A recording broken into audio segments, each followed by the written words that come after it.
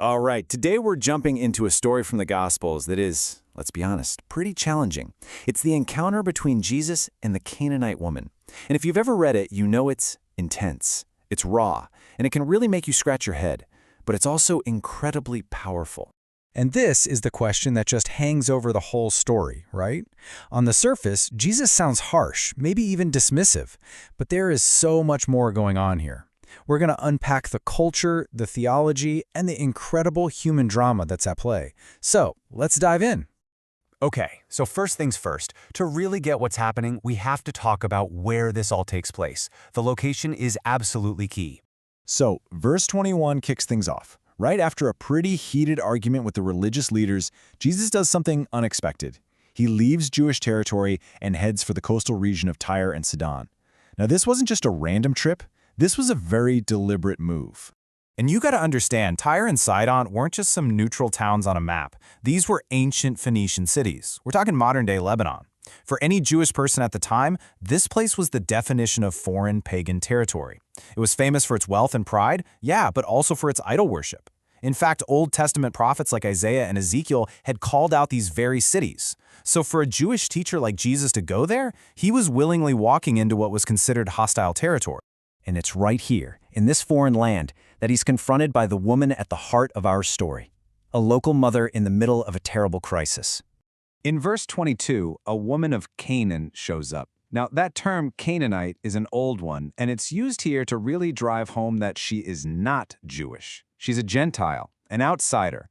And she isn't shy. She comes out crying to him, making a scene, because she is absolutely desperate to get his attention. Now listen closely to the words she uses. Lord and Son of David. This is pretty mind-blowing.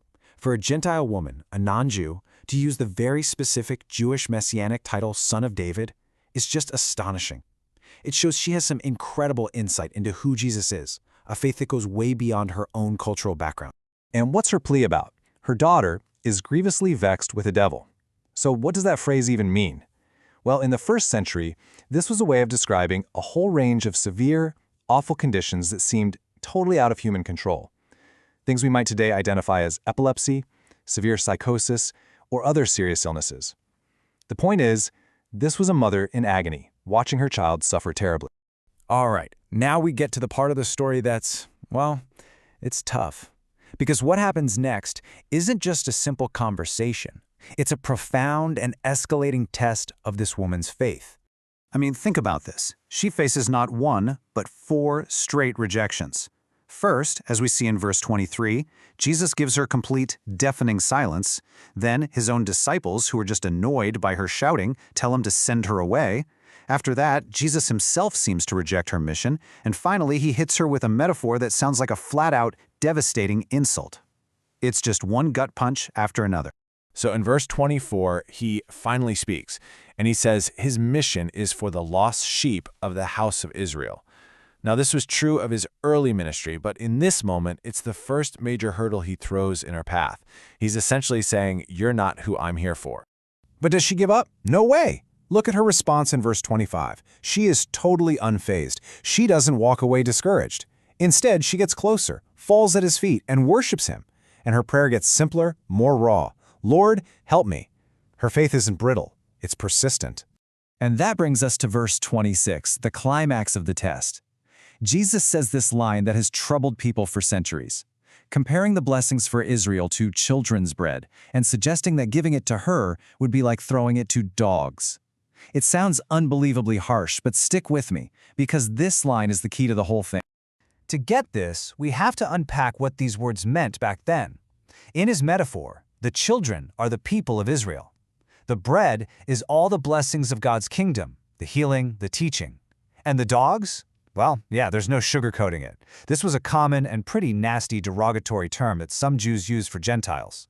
Jesus is using the prejudiced language of the culture to put up what seems like a final, impossible wall. But here's the amazing part. What Jesus presents as an impenetrable wall, she sees as a tiny opening. Her response is one of the most brilliant and faithful replies you'll find anywhere in Scripture.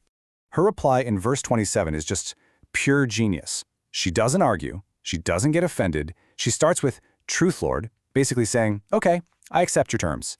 Then she completely flips the metaphor on its head.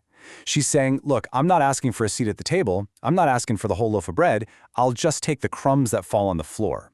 Because I believe even a crumb of your power is more than enough. Let's just stop and appreciate how remarkable this is. This is the moment. She shows incredible humility by not fighting the label. She has this relentless hope that even a leftover crumb from him is enough to save her daughter. In a single sentence, she takes a statement of exclusion and turns it into a powerful case for mercy. It's an absolute masterclass in humble, sharp, and persistent faith. And with that one incredible response in verse 28, her faith just shatters every single barrier that was put in front of her. The test is officially over. And here's the payoff. Jesus doesn't just grant her request, he openly marvels at her faith, calling it great. He tells her, "Be it unto thee even as thou wilt." It's not just, "Okay, you win." It's, "Wow, your faith is incredible." And we're told her daughter was healed that very hour. Her faith was the key. So at the end of the day, what's the big takeaway here? It's that one woman, with her tenacious faith, bulldozed through every barrier in her path. She overcame the cultural barrier between Jew and Gentile, the social barrier of being an outsider, and even the direct spiritual test that Jesus himself gave her. It's just a stunning picture of a faith that absolutely refuses to let go. And you know, this story really leaves us with a challenging question for our own lives, doesn't it? What walls, maybe pride or fear or just feeling like we're not worthy, do we let stand between us and the help we desperately need? It's a powerful thought to end on. Thanks for joining us for this explainer.